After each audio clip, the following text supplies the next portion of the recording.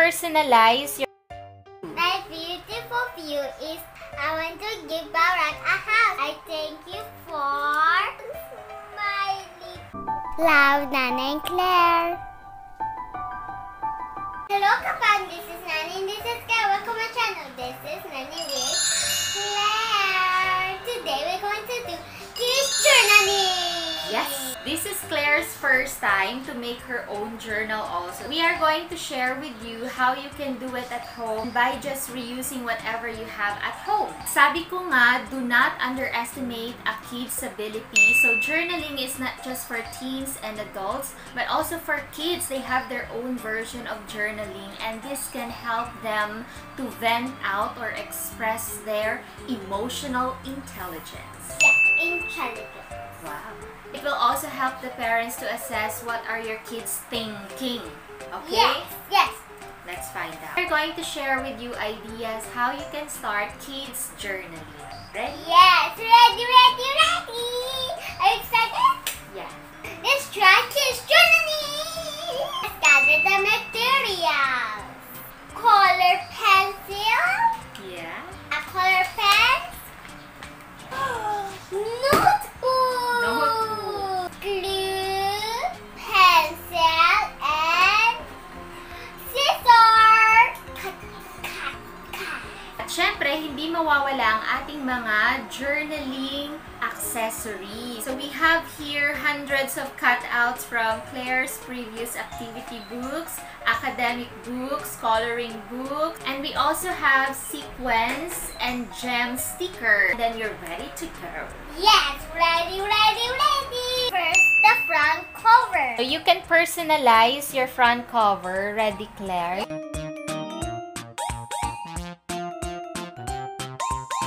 Very good! So, si Claire, alam niya na yan magsulat ng pangalan niya. They are well-trained sa kaniyang preschool. I will teach you how to make it more fun. Circle. And then, circle. Sa mga ends lang. And sa bottom na. Yes.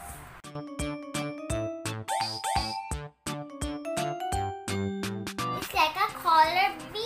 Yes, very good. Okay, that's nice. Yes. Oh, that's so cute. That's so cute. Make a line from here up to here. 2 lines. So it will serve like a border or frame.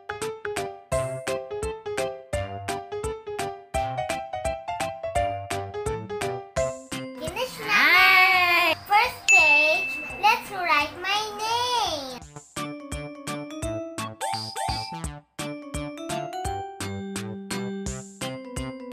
Then I draw myself here. Eyes, with a nose, and with a smiley face. With some hair, we put my hand, my feet.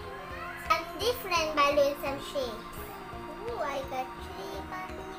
Let's color with color pencil. Colors make things beautiful. Yeah. Oh, you can put right here. Yes.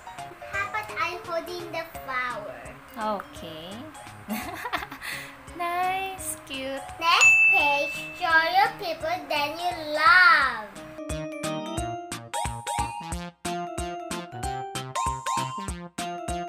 Last color.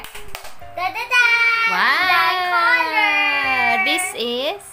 This is Nanay and Claire. Wow! The beautiful heart. Hello ka mag-write, Nanay and Claire. Okay. Next.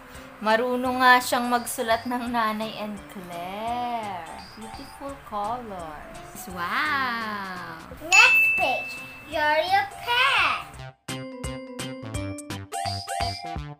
Barak is a dog. Let's paste it right here. Yeah. I want to give Barak a house right here. Let's put cactus and bird. We can put right here now. The Barak will be happy. Yay!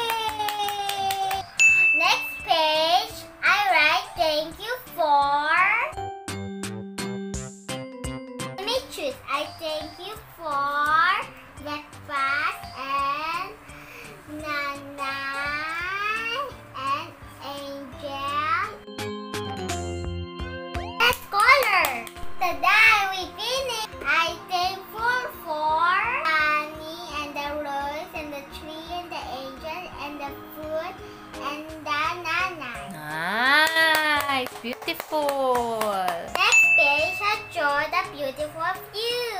what's your beautiful view? My beautiful view is the clouds and the mountains and the sun and the flowers and the trees and the house. Okay, go!